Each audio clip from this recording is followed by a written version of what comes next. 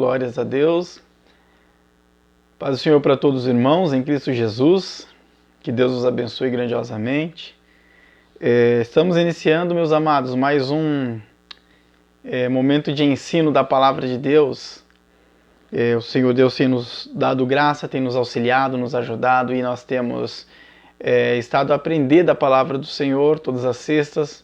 A partir das 20 horas nós estamos sempre aqui, através da página do Facebook da nossa igreja, a Igreja da Multiforme Graça de Deus. Estamos a aprender da Palavra do Senhor.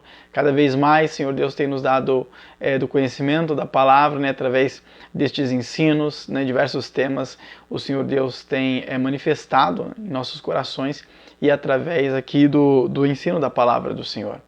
E eu quero desde já agradecer aos nossos irmãos que estão conosco, né, nesse momento, que Deus os abençoe grandiosamente.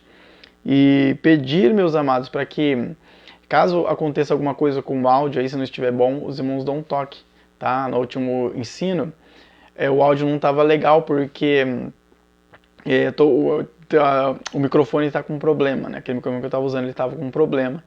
Então, infelizmente, não tive esse conhecimento, né, durante o vídeo. Então, se os irmãos verem algum defeito no áudio, dá um toque para que a gente possa corrigir, para que todos possam aí estar ouvindo tranquilamente, aí sem nenhum tipo de perturbação sonora, tá bom? Que Deus abençoe a todos. Meus amados, Deus nos concedeu essa oportunidade, nós vamos estar a falar a respeito do imitar a Cristo. Esse é o título, né, o tema do nosso ensino de hoje.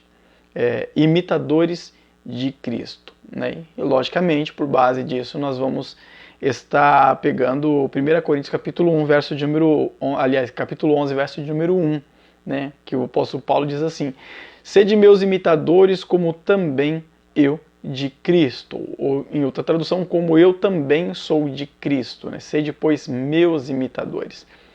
Este é um verso que o apóstolo Paulo ele traz de uma maneira que as pessoas, às vezes, olhando para isso, interpretam de uma forma equivocada, né?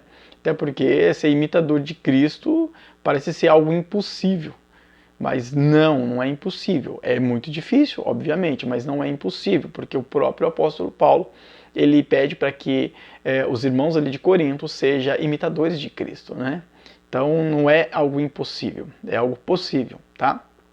Então, a primeira coisa que nós temos que nos lembrar aqui, né, entrando numa introdução, né, para darmos continuidade a este ensino, é que quando Paulo fala sede meus imitadores como eu sou de Cristo, Paulo ele não está falando do imitar a Cristo em relação à santidade. Não é santidade. Aqui não é essa a interpretação, tá? Então, sede pois meus imitadores como eu sou de Cristo, não está falando da santidade, da pura santidade do Senhor Jesus, tá bom? Até porque o próprio apóstolo, ele nunca conseguiu viver a santidade de Cristo. Aquela santidade que Jesus teve, né, durante a sua vida aqui na terra, Paulo nunca conseguiu aquilo, ele nunca fez isso aqui em vida, tá? Isso nunca ocorreu. Então não é a respeito disso que Paulo está falando. E isso fica claro quando nós olhamos lá para os textos de Romanos, né? Aí eu tenho que fazer luz a uma pregação que eu trouxe na nossa igreja em uma determinada ocasião, né, alguns meses atrás, a respeito do alter ego de Paulo, né? Paulo fala a respeito do seu alter ego. Lembrando que alter ego é uma palavra, uma expressão que existe no latim, mas não existe na língua grega, por isso não tem na Bíblia Sagrada. Mas como Paulo ele era romano, né, conhecia o latim, ele sabia disso, né? Mas no grego não existe isso. Mas o que Paulo ele fala é a respeito do seu alter ego, que alter ego no latim significa, né, no português, outro eu. E Paulo fala a respeito disso quando ele escreve lá em Romanos 7,19, tá? Que Paulo diz, porque não faço o bem que quero, mas o mal que não quero, esse faço. Então, o próprio apóstolo está falando, olha, existe um alter ego em mim. E Paulo vai falar isso. Inclusive lá, lá no verso de número 17, né? O verso anterior, né? Diz, de maneira que agora já não sou eu que faço isto, mas o pecado que habita em mim. E Paulo vai falar do seu eu carnal. Então é o seu alter ego, um outro eu, um eu carnal, tá? Então este eu carnal que Paulo fala, que levava ele a pecar contra Deus. Então, voltando lá para o verso de número 19, porque não faço o bem que quero, mas o mal que não quero, esse eu faço. Então, Paulo está deixando bem claro, eu peco contra Deus. Eu não tenho a santidade perfeita de Cristo, tá?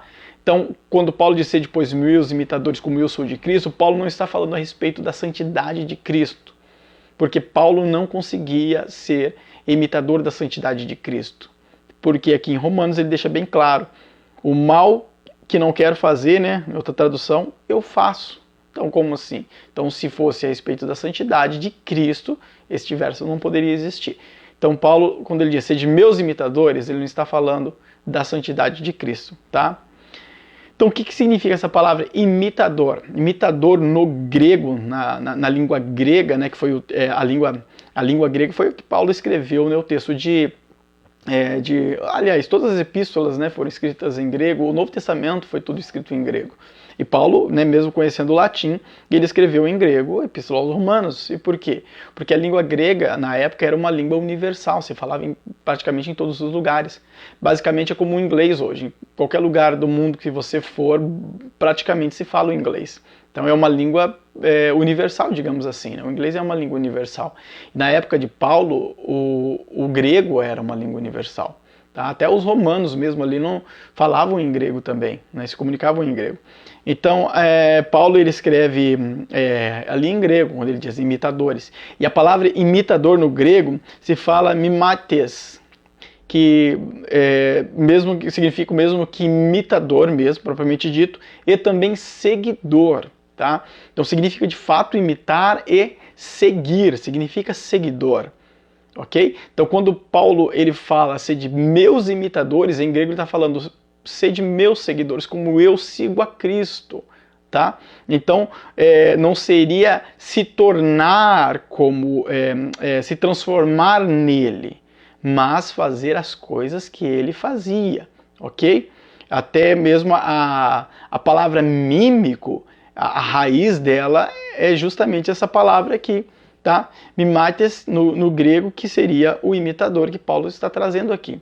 Então, a palavra mímico que nós conhecemos hoje vem da sua raiz grega, que é essa palavra que Paulo está utilizando, tá? Então, o mímico, ele não se transforma literalmente na pessoa que ele vai imitar ali, né? Fazer a mímica. Ele não se transforma naquilo. Ele apenas age como aquela pessoa age, né? Ele tá fazendo uma mímica ali, né? Então, se ele vai fazer a mímica a respeito de alguém, né? Então, ele não, por exemplo, ele vai fazer uma mímica a respeito de um soldado. Então, ele vai fazer a posição de arma ali e atirar. Ele não está se transformando num soldado. Ele não passou a ser um soldado a partir daquele momento. Mas ele está fazendo as mesmas coisas que um soldado faz, tá? Então, ele está imitando, ele está reproduzindo aquilo. Quando Paulo diz ser de meus imitadores, ele não está falando, se transforme em Cristo Jesus, como eu me transformei em Cristo Jesus. Não é isso. Paulo está falando, segue a Cristo, porque eu também sigo a Ele. Entendeu? Então, seguir a Cristo. Então, entendendo isso, né, entendendo que Paulo não está falando da santidade de Cristo, ele está falando do comportamento de Cristo. Eu não tenho que me transformar em Jesus, isso é impossível. Eu tenho que se comportar como Jesus, né? Isso seria seguir a Ele. Jesus ele nunca pediu para nós nos transformarmos nele. Ele nunca pediu isso. Ele pediu para nós seguirmos a Ele. Isso Jesus sempre pediu, tá? Então, vamos seguir a Cristo, imitando a Cristo e cumprindo a vontade de Deus. Saindo agora então da introdução, nós então entramos na parte do imitar a Cristo. O imitar a Cristo, né, que seria o comportamento de Cristo e o comportamento de Jesus, ele é muito vasto. Nós poderíamos falar de diversas áreas aqui, tá? Mas nós vamos falar primeiro da santificação. Quando Paulo diz, comporte-se como Cristo, siga Cristo, ele, como eu disse anterior e repito, não está falando para você ser 100% santo como Jesus era, mas ele está falando para você se comportar como ele. E um dos comportamentos de Jesus era se santificar. Jesus se santificava todos os dias, até porque Jesus ele não nasceu Deus, ele nasceu homem. Como Deus ele sempre existiu, mas ele nasceu como homem, o ser humano, tá? E ele deixou a sua glória lá, Paulo mesmo escrevendo aos Filipenses diz, ele deixou a sua glória no céu. Ou seja, todos os seus atributos de Deus, a sua divindade, a sua onisciência, tudo foi deixado no céu. Quando Jesus esteve aqui na terra, ele estava 100% homem, tá? Os atributos de Deus ficaram lá. O texto diz isso. É a quemoses, né, no grego, né, quemoses de Cristo, tá? Ele deixou, é como se ele tivesse abandonado, não abandonou, tá? Ele deixou, ele largou lá. E aí ele veio aqui como um ser humano. Então quando Jesus ele nasce, ele não nasce sabendo que ele era Deus, sabendo que ele tinha que morrer na cruz, não. Ele teve que aprender tudo isso, teve que aprender a santificação, teve que aprender a palavra. A Bíblia mesmo vai nos falar que ele estava no templo, né, entre os mestres ali. Então ele estava sempre a aprender. Jesus ele teve que aprender tudo aquilo que ele já tinha, nós olhando para a Bíblia Sagrada, ele já tinha como consciência ali, já perto da cruz do Calvário. Então todo aquele conhecimento, foi tudo um aprendizado para ele. Tá? Então, quando Jesus ele nasce como um menino ali de uma virgem, ele não nasce sabendo que ele era Cristo, ele não nasce sabendo, já na mente dele, que ele era o Cristo, que ia padecer na cruz, que ele era Deus no céu, não. Ele nasce como um ser humano normal, comum. E à medida que ele vai crescendo, ele vai aprendendo com Deus, ele vai aprendendo ali as coisas a respeito de ser Cristo, né? De ser ali o chamado, sobre o chamado dele, tá? Então Jesus que estava aqui na Terra, ele não era onisciente. A onisciência é um atributo divino, somente Deus tem. E como Paulo diz que ele deixou a sua glória lá no céu, a sua onisciência ficou lá, tá? Então ele não era onisciente aqui na Terra. Então todo o conhecimento que ele tinha era revelado por Deus. Então Deus falava com ele falava com Deus, Deus revelava para ele. Então tudo que ele falava era tudo revelação da parte de Deus, e isso acontecia através do Espírito Santo. A gente lembra que quando ele foi batizado, o Espírito Santo, né, pousou sobre ele. Então ali ele estava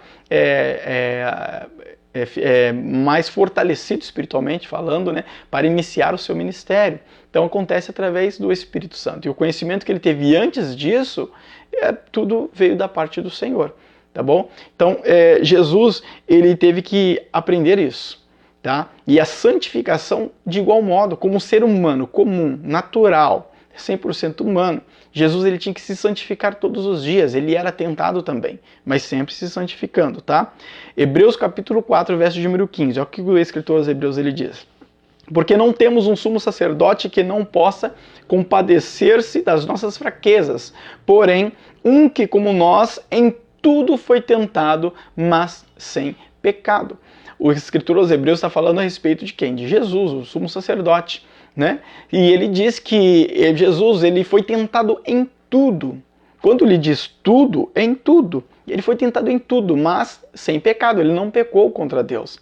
Tá? Então em tudo, na parte dos vícios, Jesus foi tentado? Foi, de fato ele foi tentado nisso. Na parte da mentira, ele foi tentado? Foi. Na parte da sexualidade, Jesus foi tentado? Foi tentado também. Na parte da enganação, ele foi tentado? Foi tentado também. Jesus foi tentado em tudo. Em tudo. Porém, ele não pecou contra Deus. Então, quando o apóstolo Paulo ele fala a respeito do imitar a Cristo, ele está falando de nós se tornarmos um tipo de Cristo, né, 100% ali, que não peca. Porque não tem como não pecar, porque somos seres humanos, e o próprio apóstolo João, né, ele fala a respeito disso, o apóstolo do Senhor Jesus, né, que andou com Cristo ali, ele fala a respeito disso. Então o pecado vai existir sempre, nós nunca vamos imitar a Cristo a esse ponto, mas nós podemos imitar a Cristo no seu comportamento. E qual era o comportamento de Cristo Jesus? Era se santificar todos os dias, resistir à tentação, tá? Ainda que nós cedamos a ela em algum momento, nós temos que ainda ter o comportamento de Cristo, que é resistir à tentação, tá bom? Mateus 4:1, ó, então foi conduzido Jesus pelo Espírito ao deserto para ser tentado pelo diabo. Não que ele não foi tentado em outras ocasiões, obviamente, ele sempre foi tentado, mas nessa ocasião que ele foi conduzido pelo Espírito Santo para o deserto, para quê? Para ser tentado pelo diabo. Ali ele foi tentado pelo diabo de uma maneira estrondosa, né? Durante 40 dias, ali 40 noites, jejuando na presença do Senhor, e Satanás sempre ali, tentando ele com diversas maneiras, tentando fazer Jesus cair, porque se Satanás consegue fazer Jesus cair, acabou a redenção. Porque o texto lá no profeta Isaías, fala a respeito de um cordeiro imaculado. Tá? Então, como que Jesus seria um cordeiro imaculado se ele pecasse, né, ali no deserto? Então, Satanás tentou de diversas maneiras para que ele pecasse e ele não fosse mais o cordeiro imaculado.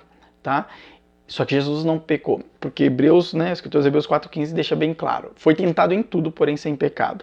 E lá em Romanos 6,22, né, o apóstolo Paulo, ele fala: mas agora libertados do pecado e feitos servos de Deus, tende o vosso fruto para santificação e por fim a vida eterna. Então tudo que envolve a nossa vida tem que estar voltado para a santificação, para que nós alcancemos a vida eterna. Então este é o comportamento, um dos comportamentos que nós temos que ter em relação a imitar a Cristo, que é o comportamento do que? De santificação, de se santificar a cada dia diante do Senhor, tá bom? Então imitar a Cristo é se comportar como Ele. Tá? E um dos comportamentos de Jesus era o que? Se santificar a cada dia. O segundo comportamento que nós podemos trazer aqui é no foco. Tá? Jesus era alguém que estava sempre focado em algo. E este algo era o que? Cumprir o chamado dele, a vontade de Deus. Jesus, ele sabia, como eu disse anteriormente, ele foi obtendo conhecimento a respeito das coisas concernentes ao sacrifício, as dores que ele tinha que passar e tal. Ele foi conhecendo isso, Deus foi revelando a ele foi obtendo esse conhecimento. Então, Jesus, ele estava focado em cumprir a vontade de Deus. Ele sabia que o propósito dele era a cruz do Calvário. Tá? Então, nós vemos um Jesus não preocupado com a vida terrena. Jesus não estava preocupado com a vida terrena. Jesus não estava preocupado com isso, ele estava preocupado com o chamado dele. Né? Então o foco dele era cumprir a vontade de Deus. Mateus 16:21, o que diz lá? Desde então começou Jesus a mostrar aos seus discípulos que convinha ir a Jerusalém e padecer muitas coisas dos anciãos e dos principais dos sacerdotes e dos escribas, e ser morto e ressuscitado ao terceiro dia. Jesus sabia que o propósito dele era ser morto, era a cruz, e ser ressuscitado ao terceiro dia, tá? E nós não vemos ali um Jesus procurando fazer as coisas que envolvia a vida terrena como foco. Não era esse o foco dele. O foco dele era literalmente a vontade de Deus, né? Talvez a gente fale disso até no final, tá? Mateus 4:1. Então foi conduzido Jesus pelo Espírito esse aqui eu já li. Filipenses 3:13, né? Irmãos, quanto a mim... isso mesmo. Irmãos, quanto a mim, não julgo que eu haja alcançado, mas uma coisa faço, e é que, esquecendo-me das coisas que atrás ficam, avançando para as que estão diante de mim. Esse era o foco do apóstolo Paulo. Se esquecer das coisas que ficam para trás e avançar para as coisas que estão diante de mim. O foco de Paulo era o mesmo foco de Jesus, era a vontade de Deus, tá? Como eu disse, nós não vemos um Jesus constituindo família, né? Granjeando coisas terrenas, riqueza, abrindo empresas e tal. Nós não vemos um Jesus fazendo isso, comprando gados, comercializando. Nós não vemos um Jesus fazendo isso. Nós vemos um Jesus focado em cumprir a vontade de Deus, que era a cruz. Com o apóstolo Paulo não é diferente. Nós não vemos um apóstolo constituindo família também, né? Adquirindo riquezas, né? Comercializando coisas e tal. Não, nós vemos um apóstolo compromissado em cumprir a vontade de Deus. Tá? Nós temos que ter a nossa vida social, obviamente, tá? Então não vai achar que então o irmão está dizendo que eu não posso constituir família, não posso trabalhar, não posso abrir empresa, não posso fazer... Não é isso. Nós temos que ter a nossa vida social como Jesus, ele tinha a sua vida social. Só que o foco dele primordial era a vontade de Deus. Paulo tinha sua vida social, é lógico que ele tinha sua vida social. Ele também trabalhava, ele fazia tendas, né? Mas o foco dele principal era a vontade de Deus. Então nós também temos, como eles, ter também a nossa vida social. Se a minha vida social envolve família, envolve cursos, né, faculdade, envolve trabalhos, ok, amém, é a minha vida social, né? Cada um tem a sua vida social, Paulo tinha dele, Jesus tinha dele. Porém, o meu foco principal, primordialmente, tem que ser a vontade de Deus, o reino celestial. Até porque a nossa passagem nessa terra, ela é rápida, a nossa vida ela passa rápido, para alguns passa até mais rápido, né? E o nosso foco tem que ser a vontade de Deus. Tudo isso aqui vai ficar, amados. Tudo vai ficar, nada disso daqui vai ser levado. É uma perca de tempo nós aplicarmos o nosso coração inteiramente às coisas da terra. É uma perca de tempo. Perdão da palavra, é uma tolice da nossa parte, nós como cristãos, que conhecemos a palavra de Deus, aplicarmos o nosso tempo, todo o nosso foco, todo o nosso coração às coisas da terra e deixar as coisas de Deus em segundo plano. Isso é bobagem. Nós temos que focar-se na vontade de Deus. Como eu disse anteriormente, repito, a nossa vida social tem que existir de fato, mas ela não pode tomar conta da vida com Cristo, da vontade de Deus para as nossas vidas. Então, o meu foco principal, acima de tudo, é a vontade de Deus, é a obediência, é o viver com Deus, para alcançar a vida eterna com Deus. Tá? Esse tem que ser o nosso foco principal. Então, nada pode nos atrapalhar. Um outro texto que eu separei aqui está lá em Lucas 9:23, ó. É o Jesus falando, né? E dizia a todos: se alguém quer vir após mim, negue-se a si mesmo e tome cada dia a sua cruz e siga-me. Então Jesus já deixou bem claro, meu foco é a cruz, eu vou para morrer. Alguém quer vir comigo para isso? Entendeu? É isso que Jesus fala, né, durante ali a sua vida. Tem alguém que quer vir comigo? Pode vir, né? Jesus deixou bem claro, eu vou para morrer, eu vou para sofrer. Jesus deixou bem claro que a vida com ele, servindo a ele, era uma vida de sofrimento. Né? Em nenhum momento Jesus falou que ia ser uma festa maravilhosa. Jesus nunca disse isso. Jesus, pelo contrário, Jesus disse que ia ter aflição, que nós seríamos maltratados, né, por causa do nome dele. Né? Jesus ele deixou bem claro isso. Né? Então nós estamos também seguindo para onde? Para a cruz, a cada dia. Por isso ele diz, negue-se a si mesmo. Então a minha vontade já não manda mais em mim, que manda é a vontade de Deus. Tome a sua cruz de cada dia. Eu já disse aqui em outras ocasiões que cruz para o judeu significa morte, né? Então tome a sua cruz de cada dia, ou seja, morra todos os dias para esse mundo, para o pecado e foca em mim. Tá? Então é disso que ele está falando. Então esse é um outro comportamento, né, que nós temos, né, que adquirir no imitar a Cristo, que Paulo vem a nos ensinar, que é no foco. Assim como Jesus estava focado na vontade de Deus, Paulo também estava, assim também nós devemos estar. Terceiro e último comportamento aqui que eu senti no coração e está trazendo. Na entrega. Eu disse no primeiro, né, que é na santificação. Em segundo, eu disse no foco. E em terceiro, na entrega. Tá? Um texto que eu queria fazer leitura está lá em Hebreus. Não é Hebreus. Hebreus eu já li.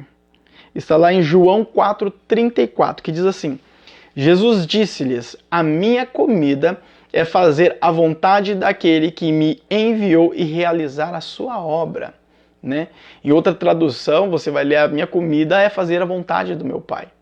Então, esse era o objetivo de Cristo, né? Como eu disse anteriormente, esse era o seu foco. E ele estava entregue a isso, ele se entregou a isso. Tá? Como eu disse anteriormente, ele tinha sua vida social, mas a entrega dele estava totalmente voltada a Deus. E nós, como imitadores de Cristo, nosso comportamento tem que ser esse: entregar-se a Deus, a vontade de Deus, para que a vontade do Senhor impere em nossas vidas e não a nossa própria vontade. Então, se nós colocamos o nosso querer em primeiro lugar, a vontade de Deus ela não está presente nas nossas vidas. Não houve uma entrega verdadeiramente, não houve ali uma conversão verdadeira, né? Tem muitas pessoas que falam, eu já aceitei a Jesus e tal, mas você percebe pelo comportamento da pessoa que o fruto do Espírito não está ali, sabe? Que a pessoa não está voltada à vontade de Cristo. Se a vontade de Cristo não impera na vida dela, não houve uma conversão verdadeira, ou se houve lá atrás e agora já não tem mais, entendeu? Então aquele que de fato está convertido em Cristo Jesus, ele tem um comportamento de Cristo, porque a vontade de Cristo está imperando nele. Então ele não vai mais agir com mentiras, ele não vai agir com engano, ele não vai agir com blasfêmia contra o seu próximo, né? Não vai maldizer o próximo, né? Não vai agir com fofocas. Resumindo, o comportamento dele agora é de Cristo, ele se converteu, como Paulo ele mesmo disse, né? Aquele que está em Cristo, nova criatura é, as coisas velhas se passaram, tudo se fez novo. E aí tem pessoas que dizem que se converteu e às vezes até frequenta a igreja, mas o comportamento não condiz com o de Cristo, então não está convertido verdadeiramente. O comportamento de Cristo, ele é visível, tá? Ele é visível. Então, se eu não tenho este comportamento, não há em mim verdadeiramente a conversão, não há arrependimento, não há o Espírito Santo, o fruto do Espírito não faz parte da minha vida. Então, eu tenho que ter o comportamento que Cristo teve, né? Vou pecar, como eu disse anteriormente, obviamente que sim, mas sempre procurando ali a santificação em Cristo, se erguer novamente, se erguer, modo de dizer, né, que o cair é do homem, mas o levantar vem de Deus, e Deus nos erguendo e nos colocando de pé para nós caminharmos novamente, tá? Gálatas capítulo 2, verso de número 20.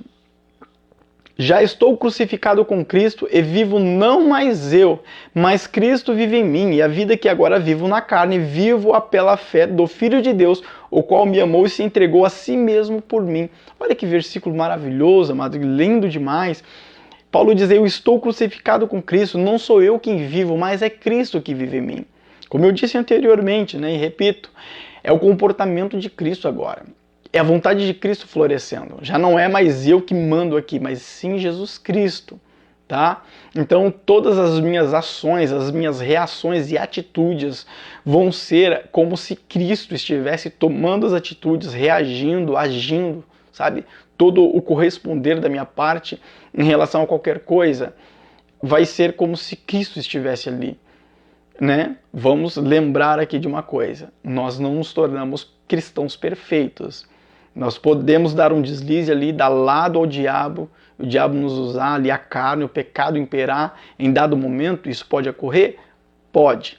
Mas vai existir o arrependimento, vai existir ali a entrega a Cristo, o retorno ali à vontade do Senhor e continuar novamente ali no querer e na vontade do Senhor, Deus. Tá? Então esse é o comportamento verdadeiro, o comportamento de Cristo, o comportamento de um verdadeiro cristão, né? Daquele que está em Cristo. Então Paulo ele diz, a vida que agora eu vivo, né, na carne, eu vivo pela fé do Filho de Deus, do qual me amou e se entregou a si mesmo por mim. Então ele se entregou por nós e nós devemos nos entregar por ele também.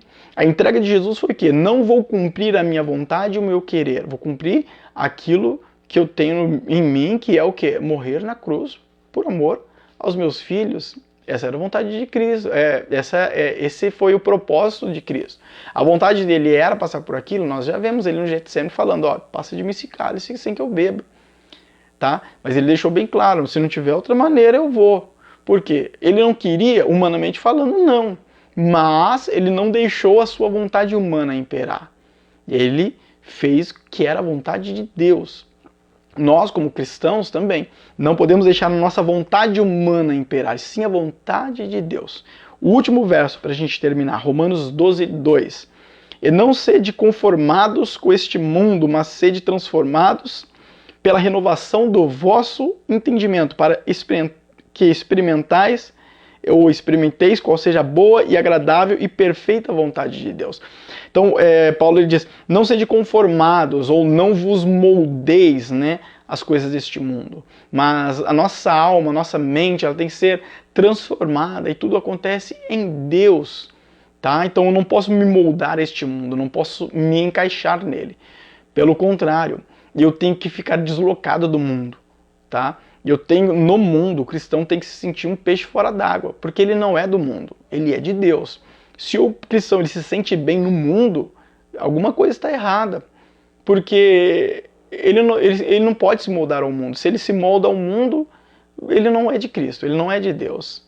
Tá? Então a nossa entrega ela tem também que ser existente. Então como Cristo se entregou à cruz ali para cumprir a vontade de Deus, Paulo também se entregou à cruz de Cristo ali, já no sentido espiritual, morrendo a cada dia, matando ali o seu eu carnal a cada dia para cumprir a vontade de Deus. Assim, nós também, como sendo imitadores de Cristo, né, como Paulo era, temos que também nos entregar a Ele, morrendo todos os dias para o mundo, para o pecado, para que nós cumpramos a vontade de Deus. Então, esse é o ser imitador de Cristo. É imitar a Cristo no nosso comportamento. O nosso comportamento agora passa a ser o comportamento de Cristo Jesus. Mas como que eu faço para saber disso? Bíblia Sagrada, a Palavra de Deus nos revela isso. Nos revela a respeito do comportamento de Cristo. E se nós estivermos enquadrados dentro desse propósito, com certeza nós conseguiremos a nossa vida eterna. No arrebatamento ali, no soar da trombeta, nós seremos arrebatados e estaremos com o Senhor. E se nós falecermos antes do arrebatamento, com certeza nós seremos ressuscitados ali quando a trombeta soar, a encontrar com o Senhor, para que nós possamos estar ali no reino celestial. Então, que Deus abençoe a todos em nome de Jesus. Não se esqueça, a vida aqui na Terra, ela passa rápido. Foco em Deus e na vontade do Senhor. Todas as demais coisas, vida social, faculdade, dinheiro, vida profissional, trabalho, tudo fica em segundo plano. Primeiro, a vontade de Deus. Amém? Senhor Deus, eterno Pai, glorioso Jesus, te glorifico, bendigo, exalto o teu nome. Obrigado pela tua palavra, o conhecimento que o Senhor nos concede neste momento, Pai. Te peço para que o Senhor abençoe cada vida, cada alma, em nome de Jesus. Abençoe cada família, cada lar. Realiza do teu grande milagre, o teu nome seja glorificado a cada dia mais. Que a graça de nosso Senhor Salvador Jesus Cristo, o amor de nosso Deus, nosso eterno Pai, a comunhão e a consolação do Espírito Santo, reine em cada coração aqui presente, todos juntos, digamos amém. Diga amém no seu coração também, em nome de Jesus. Que Deus abençoe a todos. Fique na paz.